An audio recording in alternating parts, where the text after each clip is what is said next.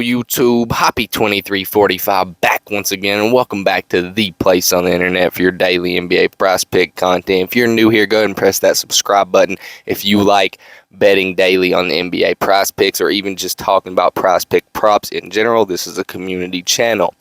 If you are returning, I want you to go ahead and comment down below and let me know if you want any money off the plays that I shouted out yesterday. Even if you just used one of the props that I shouted out and paired it in your own play, let me know if you followed any of the same props I did yesterday. If you watched my video, I did pretty well yesterday. I won me about 150 bucks. It hasn't came through yet, but I can go ahead and show y'all right here. Paulo's needs one more point in the fourth quarter, and I hit this 50. But even without that, I hit this $75 bet yesterday. And I hit this Mason Plumlee Siakam bet as well.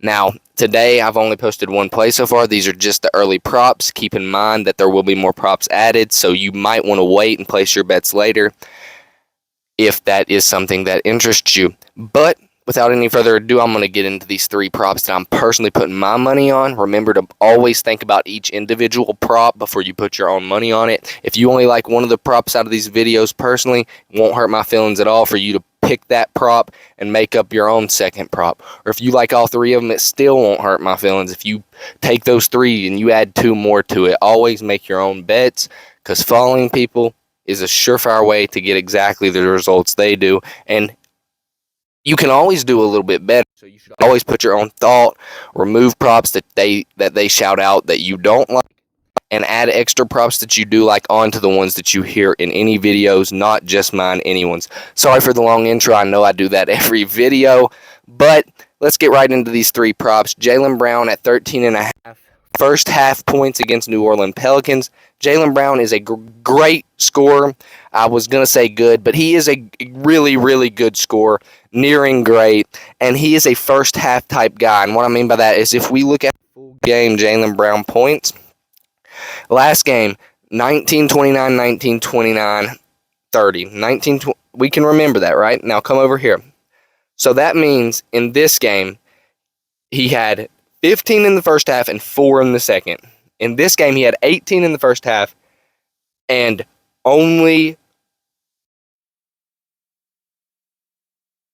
18 in the first half and only 11 in the second half. Sorry, my brain failed me there. Let's go look at these numbers one more time. 19, 29, 30. Now, in this game, he just had a stinker, period. But in this game, he took 18 and 18 for 19 and 29. So you got to think about that. In all those games, except for the one where he had 19 points against Dallas, he did actually do better in the first than in the second. So if you're thinking about taking Jaylen Brown's points tomorrow, I would highly urge you just to take the first half points, because I do believe it is a lot safer bet. Granted, in 18 and 18 there, he did score still in the second half, but either way, he's going to score more in the first on most nights, Jaylen Brown is, than he does in the second. Let's get into these second two plays. The second one I want to talk about is my favorite play of the day, and it's going to be Valanciunas. Now, with Ingram and Zion out, there's two things that happen. One, there's more rebound chances for Valanciunas, because Zion's actually a really good rebounder, especially offensively. And Ingram's not a bad rebounder either for his size and position and his weight class. But if you look here in the last 5 games, now some of these are with Zion and Ingram, some of them are not, but he has hit his rebounds in almost every game. He's missed it 2 of the games, but the Celtics do allow one of the most rebounds out of any team in the NBA to centers. Now, a lot of that might have to do with Williams being hurt a lot of the year, and they got Horford in the paint. I think Valanciunas will definitely hit his rebound prop. I was borderline taking his rebounds today, but he's had some big scoring nights. He's the second usage rate on the team behind CJ McCollum with Ingram and Zion out. The paint is more open with Zion out, so I like him to score 16.5 points against the Celtics. I also like his rebound prop, so you guessed it. We put the money on over on Valanciunas points and rebounds.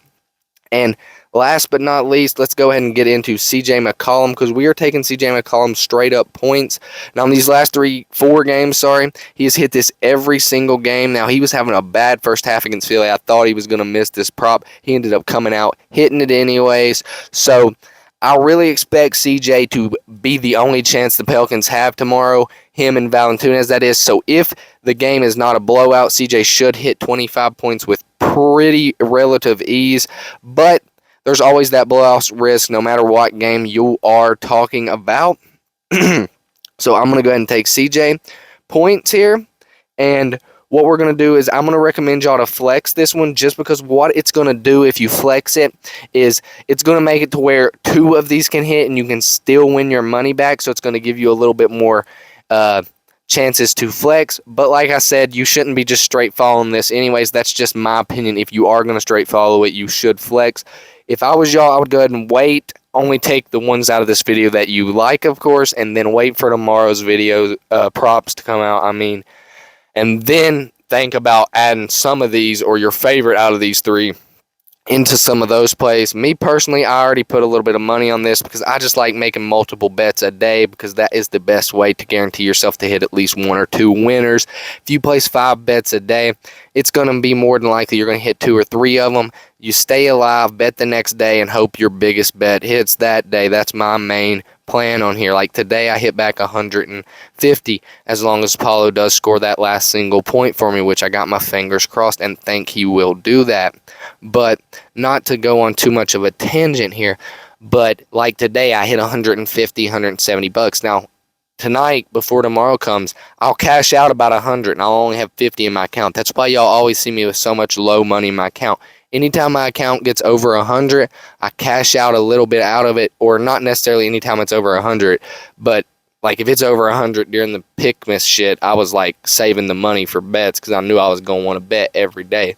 But, you know, it's better because if you have like $200 in your account, you get like one little whim, or like you're in a good mood and you're like, oh, fuck it, I'm going to throw some money in here, and you have $200 you can go through, you're more likely to do that. But if you go ahead and cash it out, and then every time you want to bet, if you run out of money after you've just cashed out 150 and you lose the 50 you left in your account, you're sitting there, you're still up 150 bucks, and it's less of a free win. Like I can just blow this other 150, no big deal. It's just on this cash, this prize pick account. I can blow it. But whenever you have to actually put your card number in to get the money back in there, that's whenever you find yourself doing safe. That's just a little trick I use. I'm sorry if that made no sense. I'm sorry this video went too long, and I'm sorry I've been apologizing so much at the end of this video as well. But thank y'all anyways for watching so much. Have a great one. Let's get some winners again. Bang, bang. 2 days in a row we've been popping off, boys. Hoppy out. Sub Nation, thanks for watching.